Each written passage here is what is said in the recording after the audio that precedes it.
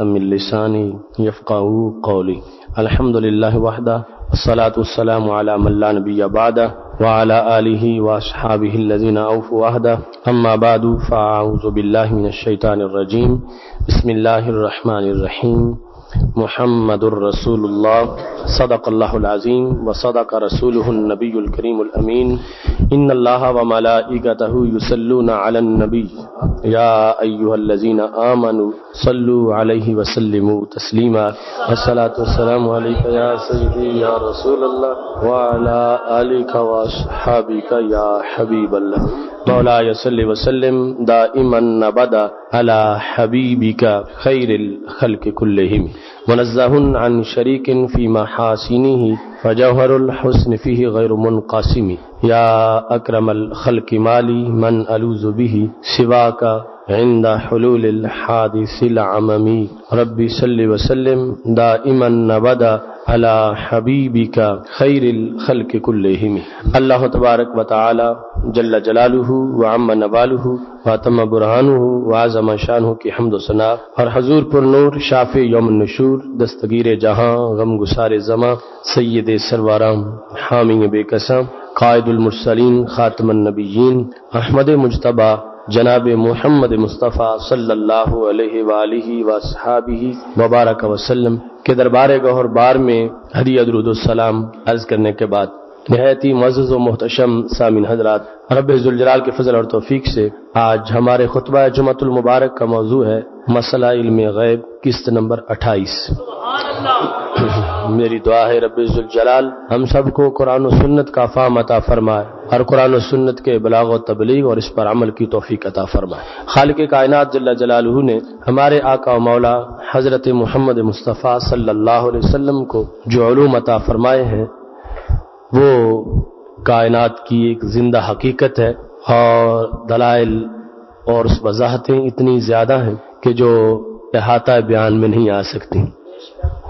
آپ نے سماعت کیا کہ اس سے قبل 27 اقساط 27 والیم اس موضوع کے ہو چکے ہیں، آج 28ویں قسط ہے اور انشاءاللہ ابھی سلسلہ اس کا جاری رہے گا۔ سید عالم نور مجسم شفیع معظم صلی اللہ علیہ وسلم کے پاس ایک شخص وحی کی کتابت کا کام کرتا تھا۔ رسول اللہ صلی اللہ علیہ وسلم کی شان میں اس سے گستاخی ہو گئی۔ رسول اللہ صلی اللہ علیہ وسلم اس کو لکھاتے تھے وکان اللہ غفور الرحیمہ، تو وہ لکھ دیتا تھا وکان اللہ علیما حکیمہ، اور جب آپ لکھاتے وکان اللہ علیما حکیمہ وہ لکھ دیتا تھا کان اللہ سمیعا بصیرا، یعنی جو لکھاتے تھے وہ نہیں لکھتا تھا اپنی طرف سے۔ ویسے اللہ غفور بھی ہے، رحیم بھی ہے، علیم بھی ہے، حکیم بھی ہے، سمیع بھی ہے، بصیر بھی ہے، مگر جس جگہ غفور الرحیم ہے اس جگہ اور کوئی جائز نہیں پڑھنا، وہی لکھنا ہوگا، وہی پڑھنا ہوگا۔ تو اس کی یہ حالت تھی کہ اس نے معاذ اللہ رسول اللہ صلی اللہ علیہ وسلم کے علوم کو اپنے علم پر قیاس کرنا شروع کر دیا، اور یہ اس میں بات آ گئی کہ میں بھی کچھ جانتا ہوں اور میں خود بھی لکھ سکتا ہوں۔ اسی بنیاد پر رسول اللہ صلی اللہ علیہ وسلم کے دربار سے وہ نکلا اور مشرکین کے ساتھ جا ملا، اور مشرکین کے ساتھ لاحق ہونے کے بعد مسلمانوں کو یہ کہنے لگا انا اعلمکم بمحمد صلی اللہ علیہ وسلم، تمہارے مقابلے میں تمہارے نبی کو زیادہ جانتا ہوں۔ یعنی جس طرح لوگ کہتے ہیں نا کسی کے بارے میں تضحیک آمیز لہجے کے ساتھ یا توہین امیز رویہ میں کہ میں اس کو جانتا ہوں، تو کہنے لگا انا اعلمکم بمحمد صلی اللہ علیہ وسلم، تمہیں پتہ نہیں میں جانتا ہوں، یعنی میں کاتب وحی رہا ہوں، مجھے پتہ ہے حضرت محمد مصطفیٰ صلی اللہ علیہ وسلم کے بارے میں۔ یہ اس کی گستاخیت۔ سید عالم نور مجسم شفیع معظم صلی اللہ علیہ وسلم کے بارے میں جب اس نے ایسے لفظ استعمال کیے اور مشرکین کے ساتھ لاحق ہو چکا تھا، رسول اللہ صلی اللہ علیہ وسلم نے سن کے فرما دیا ان الارض لن تقبلہ، فرمایا اس نے مرنا تو ہے ہی، یہ دیکھ لینا اس کو زمین قبول نہیں کرے گی، یہ کہاں بھاگ کے جا سکتا ہے، ان مشرکین کے پاس گیا ہے پھر بھی اس نے مرنا تو ہے، دنیا دیکھے گی کہ جس کی دربار رسالت میں جگہ نہیں اس کی کہیں بھی جگہ نہیں، ان الارض لن تقبلہ، زمین اس کو قبول نہیں کرے گی۔ تو وہ چند دنوں کے بعد مر گیا. جب وہ مرا تو اس کے گھر والوں نے، دوستوں نے اس کو دفن کیا. حضرت ابو طلحہ رضی اللہ تعالی عنہ چشمدید گواہ ہیں، کہتے ہیں میں اس جگہ پہ پہنچا جہاں انہوں نے دفن کیا تھا تو وہ زمین سے باہر پڑا تھا. تو میں نے اس کے دوستوں سے، رشتہ داروں سے پوچھا کہ تم نے اس کو دفن کیوں نہیں کیا؟ تو انہوں نے کہا دفن نہ ہو مرارن، ہم نے اس کو ایک بار چھوڑ کے کئی بار دفن کیا، مگر جب بھی دفن کرتے ہیں زمین اس کو باہر پھینک دیتی، زمین اس کو قبول نہیں کر رہی. تو سید عالم نور مجسم شفیع معظم صلی اللہ علیہ وسلم کی گستاخی کی یہ سزا اس کو دنیا میں اس انداز میں مل رہی تھی، اور پاک محبوب علیہ الصلوۃ والسلام کی علوم کا اظہار ہو رہا تھا کہ آپ نے کافی وقت پہلے یہ فرما دیا تھا کہ اس شخص کو زمین قبول نہیں کرے گی. حضرت انس بن مالک، حضرت ابو طلحہ رضی اللہ تعالیٰ عنہما، ایسے صحابہ کرام علیہم رضوان اس بات پہ گواہی دے رہے تھے کہ جو کچھ رسول اللہ صلی اللہ علیہ وسلم نے فرمایا وہ بالکل مستقبل کی خبر سچی ثابت ہوئی، اور گستاخی رسول کے لیے زمین میں بھی کوئی جگہ نہیں تھی. ایسے ہی حضرت ابو رافع رضی اللہ تعالی عنہ نبی علیہ الصلوۃ والسلام کے مشاہدہ اور علم غیب کا معاملہ بیان کرتے ہیں. کہتے ہیں کہ رسول اللہ صلی اللہ علیہ وسلم نماز عصر کے بعد بنو اشل کے پاس تشریف لے جاتے تھے. یعنی مدینہ شریف میں رہتے وقت یہ معمول تھا اکثر ایام میں عصر پڑھ کے بنو اشل کے جہاں مکانات تھے نبی علیہ الصلوۃ والسلام ان کو نوازتے، آپ وہاں تشریف لے جاتے اور مغرب سے پہلے واپس تشریف لے آتے. حضرت ابو رافع رضی اللہ تعالیٰ عنہ کہتے ہیں کہ نماز مغرب سے پہلے تیز تیز چل کے رسول اللہ صلی اللہ علیہ وسلم بنو اشل سے واپس آ رہے تھے، یہاں تک کہ بقیع کے پاس سے گزرے. جب جنت البقیع کے پاس سے گزرے، میں ابو رافع کہتے ہیں پیچھے پیچھے چل رہا تھا تو رسول اللہ صلی اللہ علیہ وسلم نے 3 بار فرمایا اف اللہ کا، اف اللہ کا، اف اللہ کا. 3 بار رسول اللہ صلی اللہ علیہ وسلم نے یہ لفظ بولے، اف ہے تیرے لیے، اف ہے تیرے لیے، اف ہے تیرے لیے. حضرت ابو رافع رضی اللہ تعالیٰ عنہ کہتے ہیں جب میں نے یہ الفاظ سنے تو میں جہاں تھا وہی رک گیا. مجھے یہ لگا کہ مجھ سے کوئی غلطی ہو گئی ہے اور رسول اللہ صلی اللہ علیہ وسلم مجھے ڈانٹ رہے ہیں، تو قبل اس کے کوئی اور غلطی ہو جائے میں یہیں ٹھہر جاتا ہوں. یعنی چلنے میں کوئی ایسا کام مجھ سے ہو گیا ہے کہ رسول اللہ صلی اللہ علیہ وسلم اتنے ناراض ہو رہے ہیں، اور اف اللہ کی آوازیں 3 بار سنائی دی ہیں. حضرت ابو رافع رضی اللہ تعالیٰ عنہ کہتے ہیں میں ٹھہر گیا، رسول اللہ صلی اللہ علیہ وسلم جب آگے بڑھے میں ساتھ نہیں تھا تو میری طرف دیکھ کے فرمایا ما لکا، کیا ہے تجھ کو، امشی، چلو کیوں نہیں ساتھ چلتے؟ تو کہنے لگے میں نے کہا کہ میں نے یہ سمجھا ہے کہ مجھ سے کوئی غلطی ہو گئی ہے، اور آپ نے اف فرمایا 3 بار آپ نے یہ فرمایا ہے، تو اس واسطے میں تو سہم کے یہیں کھڑا ہو گیا ہوں کہ کوئی اور غلطی مجھ سے نہ ہو جائے. اب دیکھنا رسول اللہ صلی اللہ علیہ وسلم کا ادراک کہاں تک ہے اور چلتے پھرتے کہاں تک توجہ جاتی ہے. تو رسول اللہ صلی اللہ علیہ وسلم نے فرمایا میں نے تجھے نہیں کہا، اصل میں یہاں ایک آدمی دفن ہے جس کو میں نے سائی بنا کے بھیجا تھا.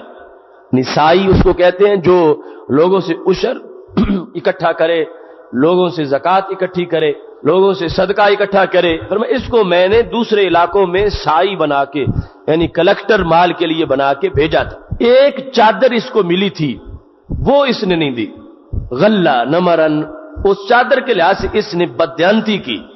تو آج قبر میں اللہ نے اس کو آگ کی چادر پہنا دی ہے. تو جب میں نے قبر میں اس کو دیکھا کہ وہ چادر جو اس نے چھپائی تھی زکوٰۃ اور عشر کے پیسوں سے، وہ چادر آگ کی اس کو پہنا دی گئی ہے. تو میری آنکھوں نے جب دیکھا تو پھر یہ الفاظ اس کے لیے میری زبان سے نکلے ہیں، تمہارے لیے میری زبان سے نہیں نکلے. اب دیکھیں قبر برزخ ہے، دوسرا جہان ہے، اور دونوں جہانوں میں کروڑوں میل کا فرق ہے. یعنی قبر سے مراد یعنی یہ چند فٹ کا معاملہ نہیں، پورا علیحدہ جہان ہے.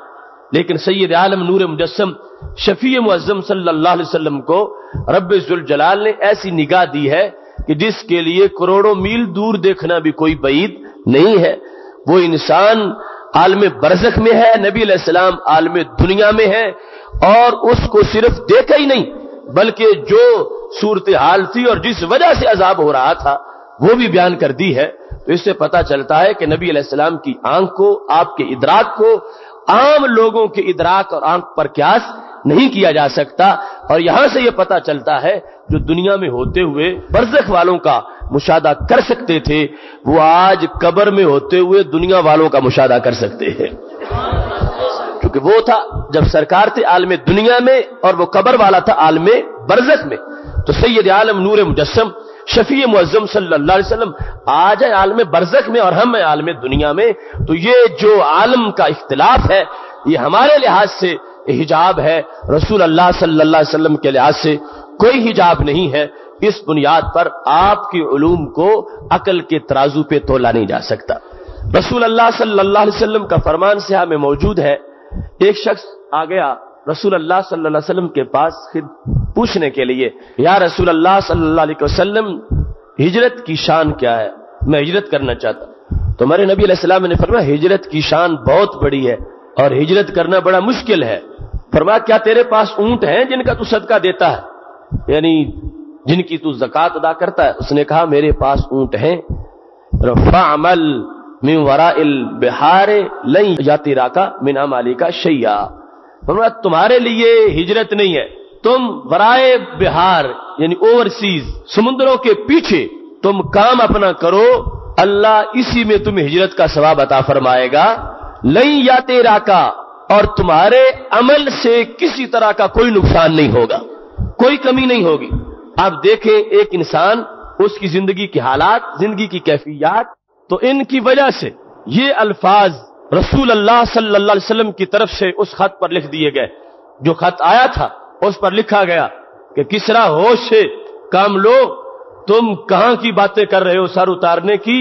نبی علیہ الصلوۃ والسلام نے دن فکس کر دیا, قضا و قضا, فرمایا فلاں دن ہوگا اس بندے کا سر اتر جائے گا, جس نے میرا سر اتارنے کے لیے لکھا اس کا سر اتر جائے گا. اب خط واپس پہنچا, بازان نے پڑھا تو اس نے دیکھ کے کہا کہ اگر یہ سچے نبی ہیں تو پھر میرا بھی یقین ہے کہ کسرا اسی دن ہی قتل ہو جائے گا. جس دن کی تعیین کر دی ہے رسول اللہ صلی اللہ علیہ وسلم نے, اس کے بعد خط کسرا کی طرف بھیج دیا گیا. اب بازان باز آ گیا کہ میں نہیں جاؤں گا, یہ جو جواب آیا ہے وہ دن گزر جائے اس کے بعد پتا چلے گا. چشم فلک گواہ ہے جو خط پر میرے نبی علیہ السلام نے دن کسرا کے قتل ہونے کا معین کیا تھا, کسرا اس دن سے ایک منٹ بھی آگے نہیں جا سکا, اسی دن میں اس کا سر اتر گیا ہے. تو سید عالم نور مجسم شفیع معظم صلی اللہ علیہ وسلم کو رب ذوالجلال نے اس طرح کے علوم عطا فرمائے ہیں اور اتنی عظمتیں دی ہیں پاک محبوب علیہ الصلوۃ والسلام کو کہ وہ خبر جو رسول اللہ صلی اللہ علیہ وسلم نے دی سچی ثابت ہوئی اور اسی کے مطابق کام اس کا تمام ہو گیا.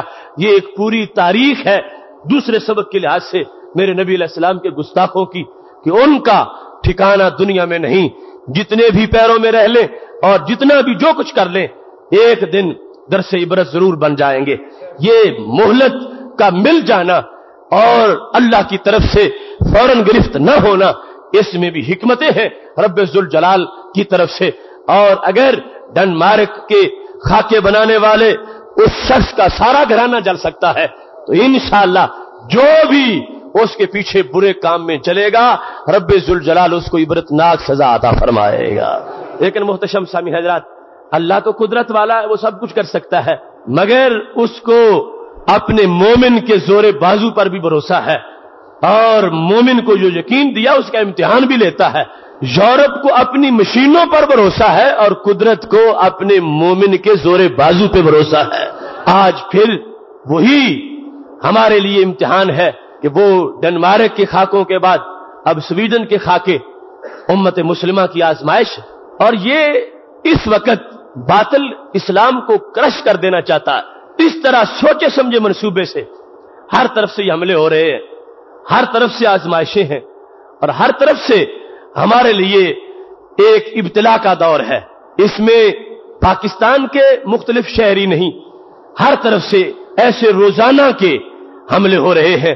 ناموس رسالت چونکہ اکائی ہے دین کی بنیادی, کیونکہ ہمارے دشمن دو طرح کے ہیں, ایک وہ جو اللہ کو ہی نہیں مانتے, دوسرے وہ کہتے ہیں ہم اللہ کے تو بندے ہیں, ہم نبی کے کچھ نہیں لگتے. یہود و نصارہ نے یہ کہا تھا نا, وقالت اليہود والنصارى نحن ابناء اللہ واحباؤہ. جب یہود و نصارہ کو کہا گیا تھا کہ تم نبی علیہ السلام کا کلمہ پڑھو تو انہوں نے کہا نہیں، ہم اللہ کی بات مانیں گے، نبی کو نہیں مانیں گے۔ نحن ابناء اللہ، کہنے لگے اس نبی کی بات مانے تو پھر پتا چلے گا ہم ان کے سہارے رب تک پہنچتے ہیں، ہمارے تو اپنے بڑے تعلقات ہیں، ہم اللہ کے بیٹے ہیں معاذ اللہ۔ اور کہنے لگے احباؤ، ہم تو بڑے برگزیدہ ہیں، ہمیں ان کا کلمہ پڑھنے کی کوئی ضرورت نہیں ہے۔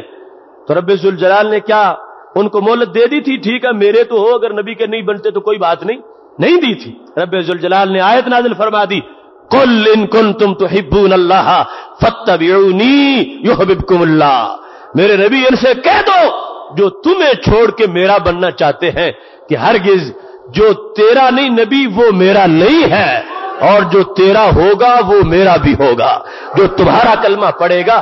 اس واسطے اسلام سے باہر دو طرح کے ہمارے دشمن ہیں، اور ان میں جو دشمنی ہر لحاظ سے ہے وہ رسالت کے لحاظ الوہیت کے لحاظ سے تو دشمنی ہے ان لوگوں کی جو بت پرست ہیں، اللہ کے مقابلے میں جنہوں نے بت معبود بنائے ہوئے ہیں، اب ان کی دشمنی الوہیت کے لحاظ سے بھی ہے۔ مگر اس وقت جو لوگ پاور میں ہیں وہ ہے کہ جو اپنے آپ کو اللہ کا وفادار گردانتے ہیں، عیسائی ہے یا یہودی، اور کہتے ہیں اللہ ہمارا ہے، ہم اللہ کے ہیں، اور اس نبی کی نبوت کو جو بعد میں آئے ہیں ہم تسلیم نہیں کرتے۔ تو یہ اصل جو مرکز ہے اسلام کی پہچان کا، وہ رب ذوالجلال کی الوہیت نہیں ہے، وہ نبی علیہ السلام کی رسالت ہے۔ کیونکہ الوہیت کے ماننے والے بھی لاکھوں جہنمی ہیں، جو الوہیت مانتے ہیں اور رسالت کا انکار کرتے ہیں۔ ان لوگوں سے آج ہماری جنگ ہو رہی ہے فکری محاذ پر، اور وہ ہمارے محبوب علیہ الصلوۃ والسلام کے مختلف طریقوں سے معاذ اللہ گستاخیوں میں لگے ہوئے ہیں۔ اب اندرونی محاذ پر ایک طبقہ جو ان کو سپورٹ کرتا ہے، اگرچہ زبان سے ان کے خلاف ریلیاں بھی نکالیں، حرمت رسول کے اجتماع بھی کریں اور سب کچھ کریں، مگر فکری طور پر ان لوگوں نے ان لوگوں کو گنجائش بخشی ہے۔ جس طرح مرزا قادیانی کے سامنے جو نبوت کا دروازہ کھولنے کا مضمون کام تھا، وہ اسی کیمپ کے لوگوں نے کیا تھا۔ جب مرزا کبھی کہتا تھا میں مجدد ہوں، کبھی کہتا تھا میں ملہم ہوں، کبھی کہتا تھا میں محدث ہوں یعنی الہام والا، پھر مسلح، یہ سارے لفظ استعمال کرتے کرتے کہنے لگا کہ پھر نبی اللہ کے اصلی جو ہے وہ حضرت محمد مصطفیٰ صلی اللہ علیہ وسلم ہے، اور میں تو ان کا ایک سایہ ہوں، اصلی وہی ہے، اور میں اصلی نہیں ہوں، میں سایہ ہوں ان کا، لیکن نبی ہوں، اصلی وہی نبی ہے۔ تو یہ اس نے نبوت کا جو اعلان اس طرح تقسیم کر کے کیا، تو کیوں کیا؟ اس واسطے کہ اس کے پاس قاسم نانوتوی کی یہ عبارت تھی تحذیر الناس میں، جس نے کہا تھا کہ آج تک لوگ ختم نبوت کا معنی غلط سمجھتے رہے ہیں، اور خاتم النبیین کا معنی کرتے ہیں آخری نبی۔ وہ خاتم النبیین کا معنی کہتا ہے آخری نبی نہیں ہوتا، اصلی نبی ہوتا۔ یہ بانی دارالعلوم دیوبند کی کتاب تحذیر الناس کے اندر خاتم النبیین کا معنی آج تک لوگ غلط سمجھتے رہے ہیں۔ کہنے لگا آخری ہونے میں شان کیا ہے؟ زمانے کے لحاظ سے آخری ہونا کوئی شان نہیں، اصلی ہونا شان ہے۔ لہذا جب خاتم النبیین کا معنی اس نے کیا اصلی نبی، اور ساتھ لکھ دیا کہ اگر آج کوئی بندہ کہے میں نبی ہوں مگر اصلی نہیں، اصلی سرکار ہے، میں ان کا سایہ ہوں، تو اس نے کہا پھر سرکار کی خاتمیت میں کوئی فرق نہیں پڑے گا۔ یہ تھا دروازہ جہاں سے قادیانی آ گئے، اور ان کو گنجائش مل گئی کہ تمہاری کتابوں میں یہ لکھا ہے کہ خاتم النبیین کا معنی یہ ہوتا ہے، اصلی نبی، آخری نبی نہیں ہوتا۔ تو نبی کوئی اور آ جائے بعد میں سرکار کے اور یہ کہے میں اصلی نہیں ہوں، سرکار کا سایہ ہوں، سرکار کے تابع ہو کے میں نبی بنا ہوں، تو قاسم نانوتوی نے کہا تھا دروازہ ختم نبوت میں کوئی فرق نہیں پڑتا، تو قادیانی نے کہا پھر میں وہی بن کے آ گیا ہوں۔ یہ فکری مغالطے ہیں اور یہ وہ خرابیاں ہیں کہ جس کا کوئی سجدہ صاحب نہیں ہے۔ اب دروازہ کھول کے ان کے سامنے پھر ختم نبوت کانفرنسیں کر کے اور لوگوں کو یہ باور کرانا کہ ہم ختم نبوت کے پہرے دار ہیں، تو ہم پوچھتے ہیں کہ پہلے دروازہ کس نے کھولا تھا؟ دروازہ کھول کے پھر پہرے دینے کی ضرورت کیا ہے؟ اس طرح کا رویہ دوسرے لوگوں کے لیے بھی انہی لوگوں کی طرف سے فراہم کیا جا رہا ہے، اور بدستور ایسی حماقتیں ہو رہی ہیں۔ میرے بھائیوں، اس واسطے یہ صورتحال، اس سے نبٹنے کے لیے سارا بدن امت کا زخمی ہو چکا ہے، اور کہاں کہاں مرہم رکھا جائے اور کہاں کہاں کوئی پٹی لگائی جائے۔ فتنوں کا یہ زمانہ ہے۔ ہمارے اسلاف کی کاوشیں ہمیں حوصلہ دیتی ہیں۔ جب قادیانیوں کا یہ معاملہ سامنے آیا تھا تو جس نے مرزائیت کے خلاف فیصلہ کن کردار ادا کیا، اللہ کے فضل سے وہ سنی قیادت تھی، کیونکہ یہی ستمبر ہے، 7 ستمبر کو پاکستان کی پارلیمنٹ نے وہ تاریخی فیصلہ کیا جس نے قادیانیوں کو غیر مسلم اقلیت قرار دیا گیا۔ اس کی یاد میں بھی چند جملے یہ میں بول رہا ہوں کہ اس وقت پارلیمنٹ سے باہر اور پارلیمنٹ کے اندر جو کردار تھا وہ ہمارے بزرگوں کا کردار تھا۔ شروع سے جب فتنہ چلا تو اعلی حضرت فاضل بریلوی رحمت اللہ علیہ نے اس کا مواخذہ کیا اور متعدد کتابیں لکھ کر قادیانی کی اس نبوت کو زمین بوس کیا، اور حضرت پیر میر علی شاہ صاحب رحمت اللہ علیہ گولڑا شریف والے، انہوں نے مستقل کتابیں لکھی جس سے جو گھمنڈ تھا قادیانی کو اپنے علم کا، آپ نے اس کا گھمنڈ خاک میں ملا دیا۔ اور اس کے بعد مسلسل علماء اہل سنت نے بھرپور کردار ادا کرتے ہوئے پارلیمنٹ کے اندر، یہ محض پاکستان کی پارلیمنٹ ہے کہ جس نے دنیاوی پارلیمنٹ ہونے کے ساتھ ساتھ ایک دینی فتویٰ بھی جاری کر دیا۔ یعنی یہ پارلیمنٹ بھٹو کے زمانے کی تھی اور وہ کہنے لگے کہ شاہ احمد نورانی یہ کام کسی کو کافر کہنا یا کسی کو مسلمان کہنا یہ مدرسہ کے مفتی کا کام ہے، یہ پارلیمنٹ کے وزیر اعظم کا کام نہیں ہے۔ اس واسطے میں اس بات میں شامل نہیں ہوں گا، کیونکہ مجھے تو قادیانی بھی ووٹ دیتے ہیں اور سیکولر حکومت ہے میری، میں اس مسئلے میں نہیں آؤں گا۔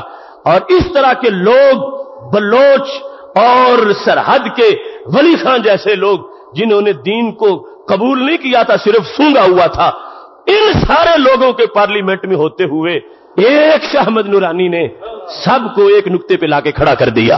اور عالم اسلام میں پاکستان کی پارلیمنٹ کو وہ سہرا ملا جو دنیا کی کسی پارلیمنٹ کو نہیں ملا، یہاں تک کہ سعودی عرب کی پارلیمنٹ، یہاں تک کہ کسی عرب کنٹری کی پارلیمنٹ، یہاں تک کہ دنیا میں کسی مسلم ملک کی پارلیمنٹ نے آج تک وہ فیصلہ نہیں کیا جو فیصلہ پاکستان کی اس پارلیمنٹ نے کر دیا تھا۔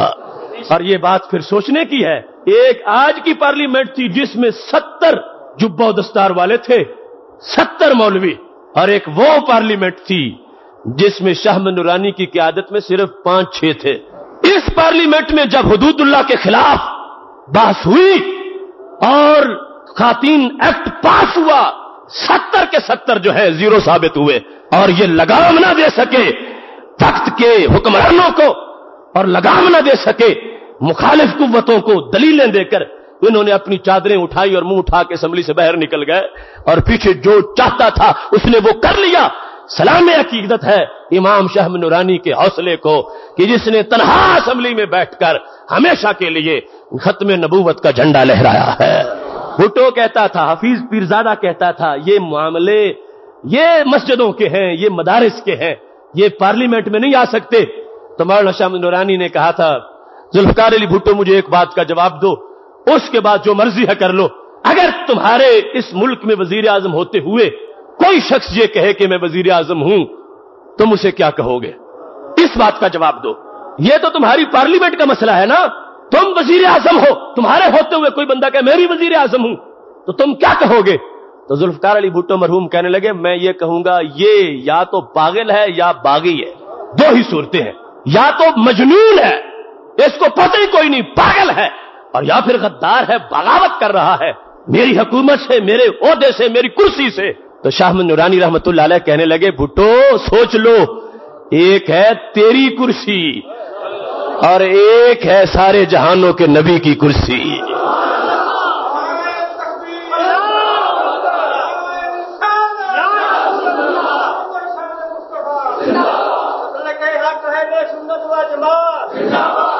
فرمایا اگر تیری چھوٹی سی کرسی کے مقابلے میں کوئی کرسی رکھ لے تو اسے برداشت نہیں ہوتا، اور تو کہتا ہے یا پاگل ہے یا غدار ہے۔ فرمایا میرے نبی کی کرسی تو یقیناً تو اس سے کروڑ مرتبہ اونچی کرسی ہے، اس کرسی کے مقابلے میں جو کرسی رکھ کے بیٹھ جائے بتاؤ اس کو تم کیا کہو گے؟ یہ تمہاری پارلیمنٹ کی زبان ہے، پارلیمانی دستور سے بولو، کہو اس کو بھی۔ تو بھٹو نے کہا ٹھیک ہے میں کہوں گا یا پاگل ہے یا غدار ہے۔ یہی تو ہم کہلوانا چاہتے ہیں اس انداز میں، یعنی اس بندے کو جو محض دنیا دار تھا اس کو ایک فتوے کی میز پہ لا کے اسے دستخط کروا لینے، یہ ہے اسلامی قیادت کا کام۔ اس وقت یعنی معاملہ یہاں تک اٹکا ہوا تھا، آخر ختم نبوت کی جو بحث جاری تھی اور پیچھے اسی کے پاداش میں مولانا عبدالستار نیازی رحمت اللہ علیہ کو سزائے موت ہوئی تھی اور تختہ دار کو انہوں نے چوما تھا اور اللہ نے اس غازی کو فتح عطا فرمائی تھی. یہ مسلسل کوششیں ہو رہی تھیں. اس میں سیاسی لوگ تو ہر چیز کو دیکھتے ہیں کہ ووٹ بھی لینے ہیں، ووٹ دینے ہیں، یہ ہے وہ ہے، مگر یہ ہمارا اسلاف کا طریقہ ہے کہ اگر نبی علیہ السلام کی ناموس کو بیچ کر سیاست کی جائے تو اس سے بڑی اور کوئی شیطانیت نہیں ہے، اور سرکار کی ناموس پر پہرا دینے کے لیے سیاست کی جائے تو یہ ایک عبادت کی حیثیت رکھتی ہے.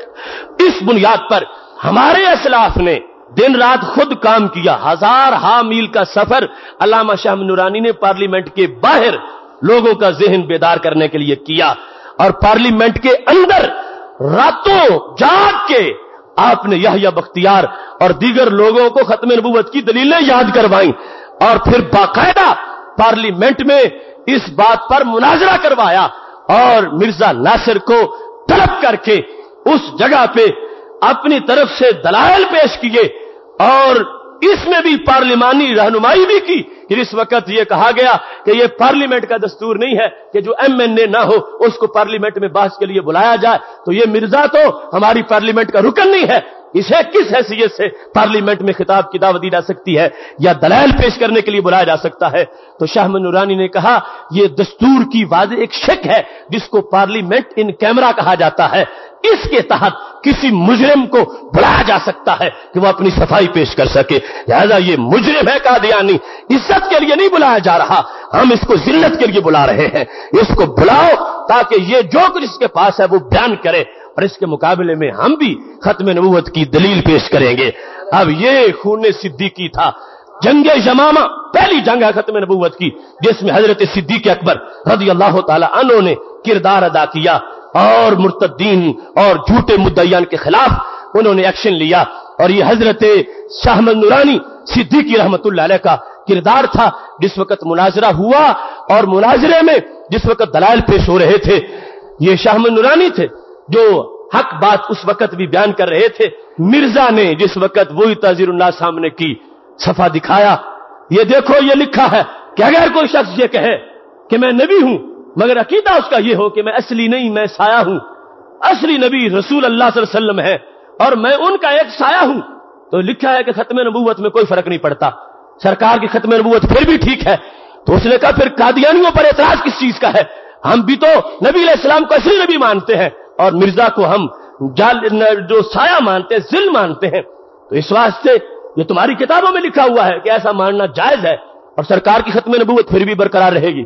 ہم مومن ہیں، ہمارے سامنے کسی مومن کی کتاب پیش کرو جو ختم نبوت کی اجماعی معنی کا انکار کرے، ہم اسے مومن نہیں سمجھتے. تو تم کس کی کتاب ہمارے سامنے پیش کر رہے ہو؟ یہ معنی جو اس شخص نے آج کیا کہ حضرت صدیق اکبر کو پتا نہیں تھا اس معنی کا. اجماع ہے امت کا کہ ہمارے نبی علیہ السلام زمانے کے لحاظ سے آخری نبی ہے، آپ کے زمانے کے بعد کسی نبوت کا کوئی زمانہ نہیں ہے، لہذا جو اس کا خلاف کر رہا ہے وہ کفر کر رہا ہے. تو یہ اس پاکستان کی پارلیمنٹ کا تاریخی فیصلہ جس نقطے پر جا کے ہوا وہ جواب بھی قائد اہل سنت شاہ نورانی نے دیا تھا اور واضح کر دیا کہ کوئی دلیل مسلمان کی پیش کرو، تحذیر الناس کی ہمارے سامنے باتیں نہ پڑھو، کیونکہ اس کا بھی ہمارے نزدیک وہی حکم ہے جو تمہارا حکم ہے، جس نے یہ لکھا اس کا تمہارا حکم ہے، مومن کی بات پیش کرو. اس پر اگر کوئی شخص یہ جملہ نہ بولتا تو قادیانی مناظرے میں جیت جاتا. یہ جملہ بولا تو شاہ نورانی نے بولا، اور مفتی محمود نے ہاتھ چومے شاہ نورانی صدیقی کے کہ اگر آج تم نہ ہوتے تو کفر سے ہماری جان نہ چھوٹتی. داڑھی چومی کہ اگرچہ ہمارے باپ کو تم نے کافر کہا مگر کافر کہے بغیر جواب نہیں بن سکتا تھا، جواب تو یہی ہے، اور کیا جواب بن سکتا تھا. تو اس انداز سے ناموس رسالت کا جو دور بھی گزرا ہے اس دور کے اندر رب ذوالجلال نے یہ ہمیں سعادت دی ہے کہ ہم نے تحفظ کیا، ہم نے ناموس رسالت پہ پہرا دیا. اللہ کے فضل سے ہمارے اسلاف اس سلسلہ میں پیش رہے اور دوسری طرف سے حماقتیں ہوتی رہی. کئی قادیانیت کے لیے دروازہ کھلنے کی گنجائش ان کی طرف سے پیش ہوئی اور کہیں آج خاکے بنانے کے لیے گنجائش انہی کی طرف سے پیش ہو رہی ہے. ان لوگوں کا یہ رد عمل ہے جس میں انہوں نے تقسیم کر دیا کہ نبی علیہ السلام کا پیکر اور ہے، رسالت اور ہے. پیکر کے لحاظ سے ہم ایک جیسے ہیں، رسالت کے لحاظ سے فرق ہے. یہ ان لوگوں کی تقریریں ہیں، یہ ان لوگوں کے فتوے ہیں، یہ ان لوگوں کی کتابیں ہیں. کہتے ہیں ہم ان جیسے ہیں، وہ ہم جیسے ہیں. کیسے؟ انسان ہونے کے لحاظ سے. باقی صرف فرق ہے رسالت کا، وہ فرق ہے، باقی کوئی فرق نہیں. تو خاکے بنانے والے بنا کے کہتے ہیں ہم نے رسالت کا خاکہ نہیں بنایا، ہم نے انسان کا خاکہ بنایا، ہم نے انسانی پیکر کا خاکہ بنایا. اور پیکر کی ہمسری تم گستاخی کوئی نہیں سمجھتے. تمہارے نزدیک پیکر کی ہمسری تم کہتے ہو جائز ہے، خطبے دے رہے ہو، تقریریں کر رہے ہو. یہ سبب ہے روزانہ کی خرافات کا معاذ اللہ. لہذا اندرونی محاذ پر ان لوگوں کو تائب ہو کر اپنی سوچ بدلنی چاہیے، جس کی وجہ سے غیروں کو منہ کھولنے کا موقع مل رہا ہے. سید عالم نور مجسم شفیع معظم صلی اللہ علیہ وسلم کی رسالت، آپ کی ذات اور آپ کی شخصیت کا ہر پہلو ہم سے جدا ہے، ہم سے ممتاز ہے. کروڑہا درجات کا فرق ہے. کسی لحاظ سے بھی ہم رسول اللہ صلی اللہ علیہ وسلم کے ہم پلہ ہم سر نہیں ہو سکتے. یہ وہ سوچ ہے جو امت کے اندر ایسا سالڈ یقین اور مضبوط عقیدہ فراہم کرتی ہے، جس کی وجہ سے نقطہ اتحاد بھی سامنے آتا ہے اور جس وجہ سے شان رسالت پر پہرا بھی دیا جا سکتا ہے. آج میرے بھائیوں، ان واقعات کے تسلسل میں گجرات کا وہ واقعہ ہے ابو الاسر چغتائی کا، جس نے نبی علیہ السلام کی شان میں اتنی توہین امیز کتاب لکھی جتنی سلمان رشدی نے نہیں لکھی. اس گجرات کا رہنے والا، اور اس کی باقاعدہ تقریب رونمائی ہوئی گجرات کے اندر، اور باقاعدہ مقررین نے تقریریں کی اس پر، اور پھر جا کے پتا چلا اور ایف آئی آر کٹی. ایک غازی پھر اس دیش کا اٹھا، اگرچہ وہ پولیس کانسٹیبل تھا مگر اس نے علم الدین والا کردار ادا کر دیا. ثاقب شکیل جلالی اس کا نام ہے، پکی شریف سے ارادت اور بیعت ہے، اور اس کی ڈیوٹی تھی وہاں کھاریاں کینٹ میں، اور اس کو بندوق دے کر کہا گیا کہ فلاں مسجد کے گرد جا کے پہرا دینا ہے، جمعے کا ٹائم ہے، چلے جا. پوری لوڈ کرنے کے بعد وہ چلا گیا. حوالات میں پوچھا تم میں کس جرم میں ہو؟ تین جو اندر بند انہوں نے کہا ہم نے توہین رسالت کا کیس ہے ہم پر. ایک کتاب لکھی تھی اور ایک کمپوزر تھا ان میں، کیونکہ لکھنے والا تو امریکہ فرار ہو چکا تھا، تو اس نے کہا سب سے بڑا تم میں سے کردار کس کا ہے؟ تو وہ کہنے لگا جو کمپوزر تھا یہ میرا کردار ہے، میں آپ لکھنے والا تھا. تو وہیں سے برسٹ مار کے اس نے صفایا کر دیا اس کو، اور باقی تو زخمی ہو گئے. اور اس نے اپنے آپ کو اسی وقت قانون کے حوالے کر دیا. اس نے کہا میں نے بھول کے نہیں مارا، میں نے جان کے مارا ہے. میں امید میں تھا کہ کہیں وہ مجرم ہمارے تھانے میں آ جائیں تو مجھے علم الدین کی سوغات مل جائے. آج ایسا کردار ہے اس مٹی میں، ابھی تک زرخیزی ہے. ابھی 2 ہفتے قبل بورے والا میں بھی ایسی کوئی معاملہ تھا کہ ایک بہت بڑا بد کردار انسان، اس نے نبی علیہ الصلوۃ والسلام کے بارے میں ایسے جملے بول دیے. غائبانہ جنازے کا اعلان کروانے گیا تھا، سنی امام مسجد سے جھگڑ پڑا اور سرکار کے بارے میں معاذ اللہ مغلظات بول دیے. پھر مان بھی گیا میں نے یہ کہا. اب اس پر بھی 295C کا مقدمہ چل چکا ہے، اور ہواری اس کے کہتے اس نے کوئی گستاخی نہیں کی اور اس کو چھوڑ دیا جائے. اس واسطے میرے بھائیوں یہ ایک تسلسل ہے ازل سے ابد تک. چراغ مصطفی اور شرار بولہبی کا آپس میں مقابلہ ہو رہا ہے. اس میں جس کے حصے کا جو کام ہے وہ کرتے جا رہے ہیں. تحفظ ناموس رسالت اور بالخصوص تحریک ختم نبوت میں جتنے شہداء نے اپنی قربانیاں پیش کی، اور بعد کے واقعات میں ناموس رسالت کے لیے جتنے لوگوں نے اپنی جانیں پیش کی، اللہ تعالیٰ ان کو فردوس میں بلند مقام عطا فرمائے. وآخر دعوانا الحمد للہ رب العالمین.